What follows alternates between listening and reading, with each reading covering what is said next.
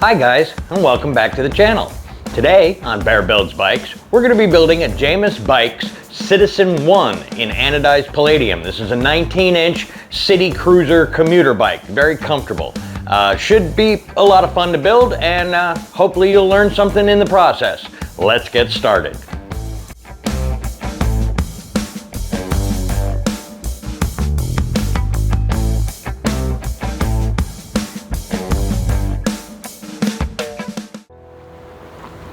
So like with most of our other videos, we're gonna get the bike out of the box. We're gonna do the unpacking. We'll put that through the fast forward thing so that you don't have to sit through all the unwrapping. We'll get the bike up into the stand. We'll start to do the basic assembly, get everything, dialed in. Once we get her on the floor, then we can make our final adjustments and she will be ready for sale. So let's begin. First, we get her out of the box.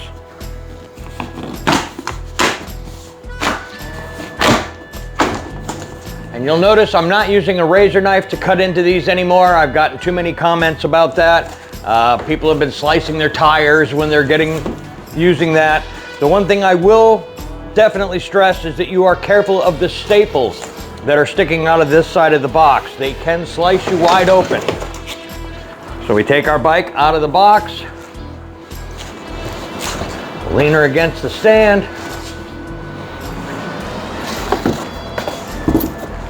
get our seat and our parts box. So from here, we're gonna get her up into the stand. We're gonna cut all the zip ties with our side cut pliers. Get the wheel off the frame.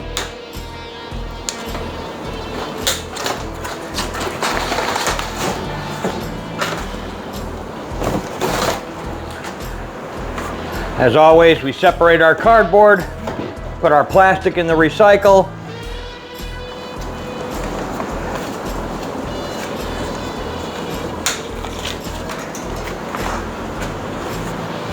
We're gonna get our seat post.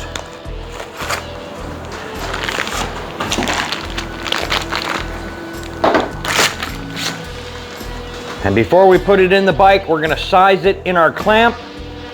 That way we're not struggling with getting it adjusted with one hand. My preference is to unpack the seat and get the post on the seat before putting it in the bike. It's just a preference of mine.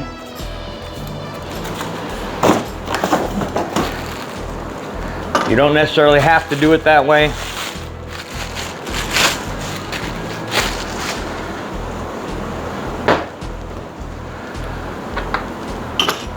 We are going to be using a 6mm Allen to loosen up the clamp.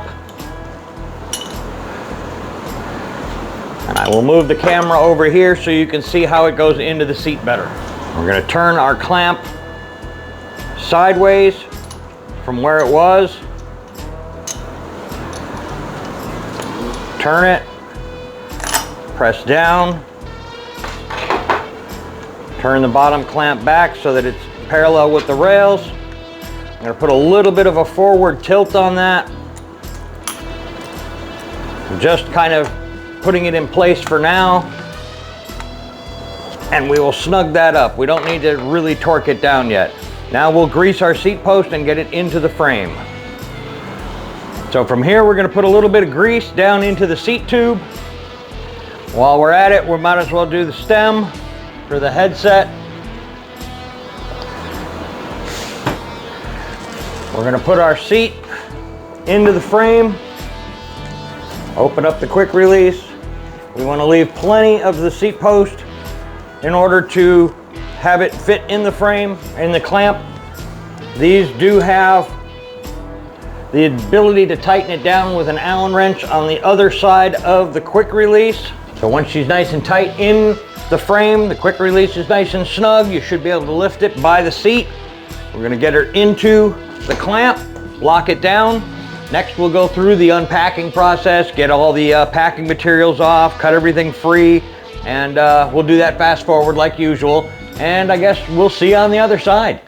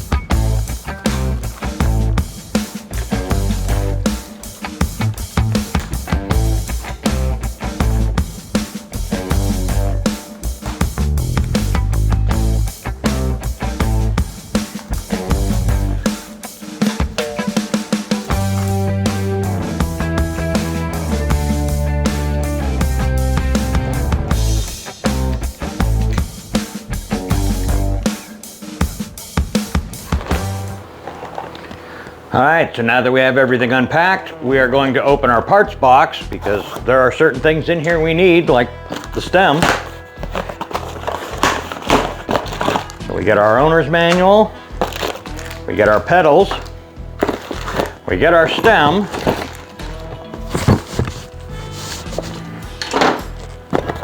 our front reflector, our front skewer, our rear reflector, and the stem cap, and the cover.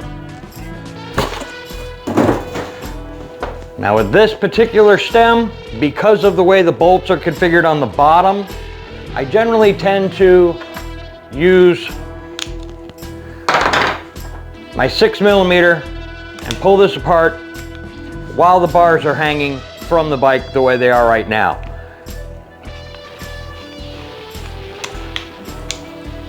Doing this while it's in the bike, you're working upside down and it can really be a little frustrating. So if you take the cap off, set this on the handlebar in the middle of the yoke while it's still hanging, you can get the bolt started. You're letting gravity do its work. You definitely want to make sure that the gap of the cover is equal here and here, so it gives equal pressure holding down onto that centered yoke of the handlebar. And we're not going to torque it down, we're just going to get it in snug so that it's not moving around. Take off our protective cap. We've already greased the head tube, so we're going to kind of come up and around with this to get it down into the frame. Again, 6mm. And we're just going to snug this up so that it's not moving all over the place. And we still have the ability to turn the bars where we kind of want them. We're going to make our final adjustments when it hits the floor. And we can snug this one up just a little bit more. Gives us a little bit better ability to get things triangulated where we want them. So now we're going to adjust the front brake pads because they're vertical for packing. For that, we're going to use our 3-way with the 5mm. Just turn them so that they're somewhat horizontal, somewhat straight in the frame. We're just eyeballing it at this point. Sometimes you get lucky. We're going to disconnect our brake noodle here. We're going to pull back on the bail, open up our brake. Now the next step, we're going to inflate our tire, and then we got to get the skewer in it.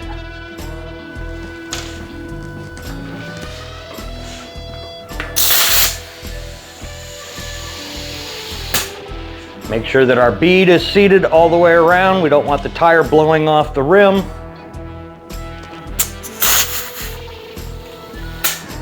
Now this particular tire, as you can see, actually has a rotation direction, or you can always follow the tread of the tire going forward. We know that our skewer, which we're going to put a little dab of grease on the spindle, but we're going to open our skewer, take the cap off, take one of the springs off. I'm going to put a little dollop of grease on that spindle.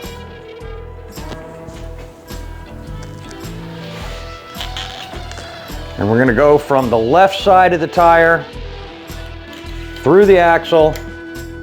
We're going to put our spring on, conically facing little end towards the axle, fat end towards the cap.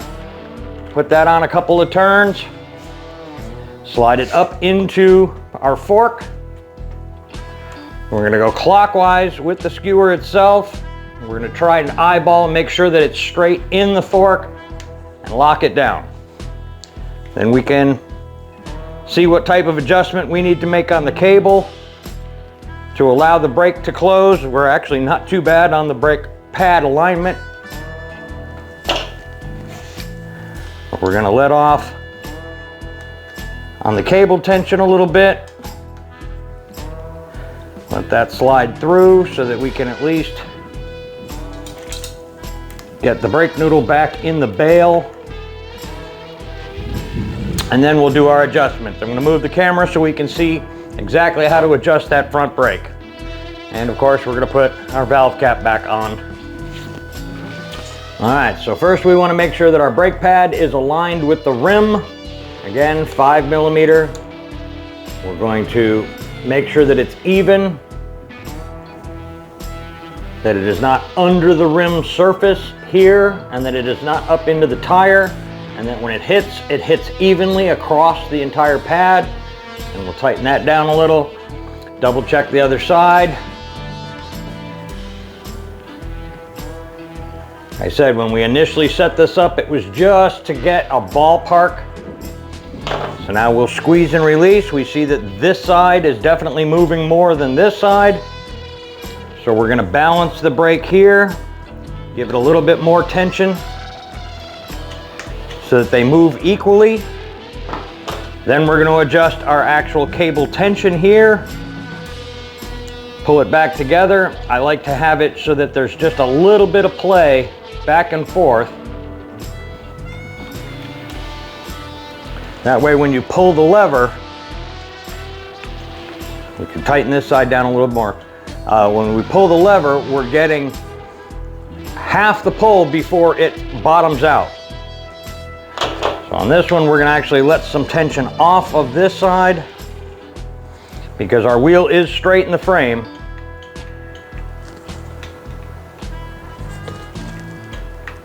Now they both actuate evenly. You can hear the little bit of rubbing there. That is because the wheel needs to be trued a little bit. That is where we have our spoke wrench. And we will follow where it is actually touching and pull the rim over away from that particular side, just a half a turn.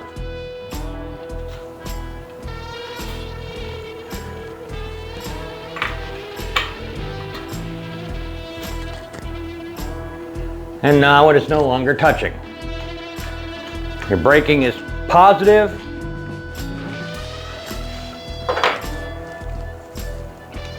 As long as the arms are equally moving, then we're going to put a cap on the end of the cable so that it does not fray.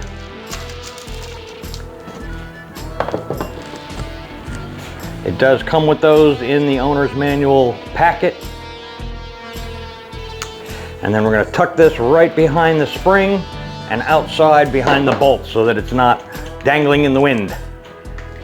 All right, so now the front brake is done. So we'll move to the back and do the back brake next.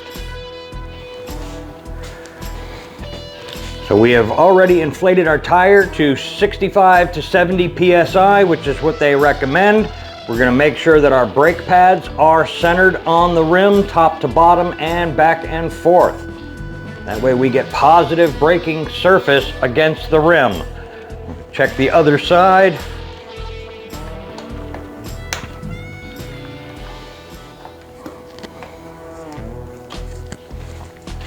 We're going to pull our brake lever to see that the pads, the arms are moving equally. When we spin the wheel, there is no contact. We are only getting half a pull on the brake lever. I don't know if you can see that from here. Which is actuating the brakes just where they need to be. And we're going to tuck that wire underneath like we did on the front. Next, we'll put the pedals on. So from here, we're going to unwrap our pedals. Rid of the cardboard. They do have stickers, left, right. We're going to grease our spindles. Just a touch on each one. Keep them from binding. Start our right pedal in the right crank, clockwise. Never force it. Let the threads find their own path into the crank. And then with these, we can actually pedal backwards to get them seated. Same with the other side. We're still going to go clockwise when we're reaching through the frame. Once we have it started, we can pedal backwards And then don't forget our 15mm pedal wrench. And you really want to lock these down good. You don't want a pedal coming off. It can cause major injury. Lock those down good. Now we're going to move on to getting the gears adjusted. We'll do that from the back, and then finalize the assembly by putting on the reflectors. We'll get her down on the floor and we'll do our final adjustments, and she should be ready to go. So from the factory, they have these in first gear, and because they're rapid fire, one click should drop it to second, to third, to fourth, to fifth, to sixth, and to seventh. Now when going back up, you want one click of the thumb on the rapid fire to bring it up. If it's hesitating a little bit, put a little more tension on the cable. Counterclockwise adds tension, clockwise releases tension. You want your chain to be in a straight line with your jockey wheels all the way through the drivetrain in the rear. As long as you're getting smooth shifting, that it's dropping with each click, then you're in good shape. Now we'll move on to the front. All right, so front derailleurs can be a little finicky, especially if they're not in line with the chain rings. So with a 5mm on the back side holding bolt, you can see where my thumb is here. We're gonna loosen that bolt up a little bit, and we're gonna shift this derailleur over slightly so that it's more in line with that chain ring there. If they're not lined up properly, you're gonna get rubbing whether it's on one side or the other. When you pedal it around, your chain should be in the middle of the bale here without touching anywhere, whether you're in 7th gear up front or all the way in 1st gear.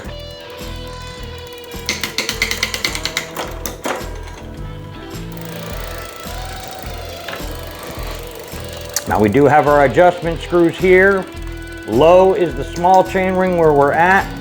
If we let some of the tension off, the derailleur will move towards the frame that way, giving us more clearance for when we're in 1st gear in the rear. You can hear it touching there. We're going to add a little bit more tension inwards.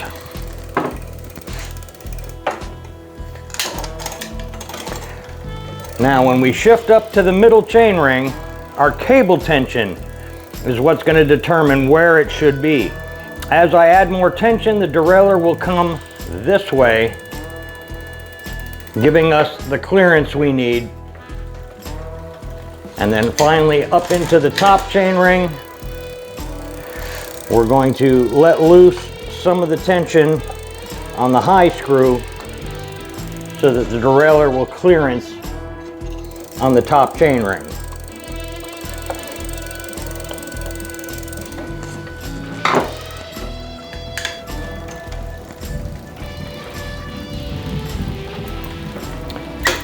Drop it down to the middle.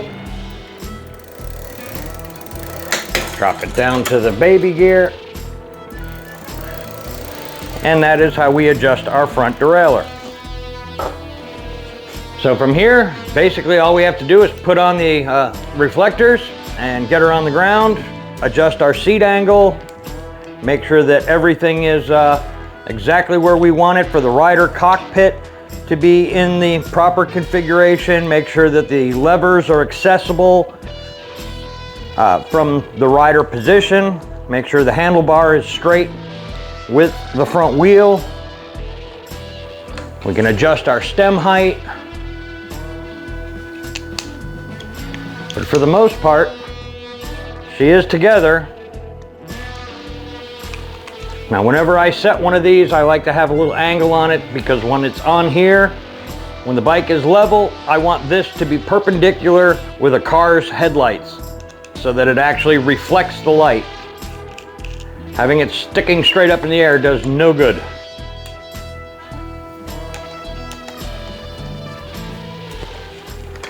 And we're not going to turn it all the way back or tighten it down yet because we still have to access this bolt to make sure the seat is level. So I'm actually going to turn it this way. We're going to take the bike down. She does have a kickstand. I'm going to see that the seat is actually at the level that I want it. So we're going to take our 6mm. We're going to tighten it down.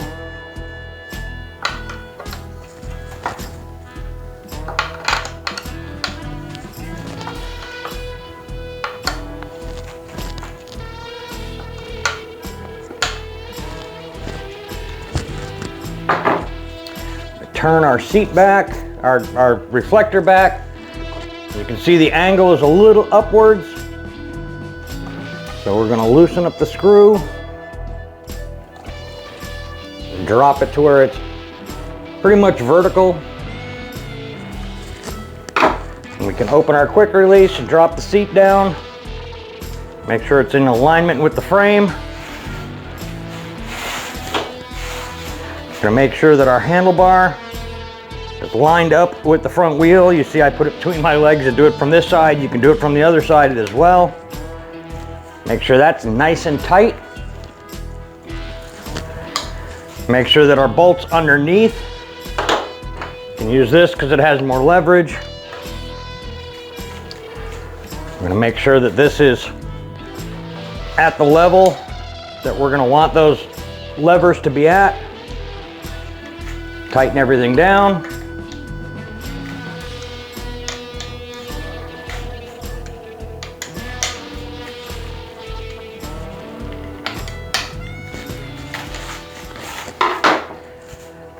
Make sure our reflector is where we want it. We put our little stem cap on.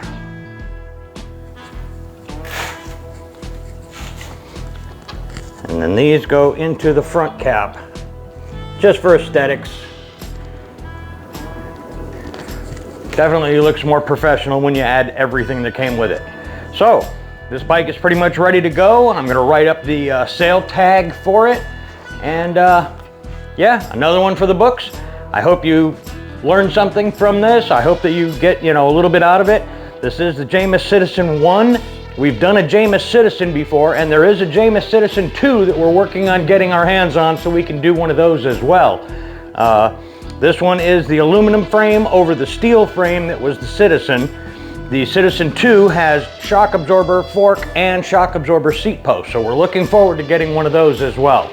But until next time, have a great day.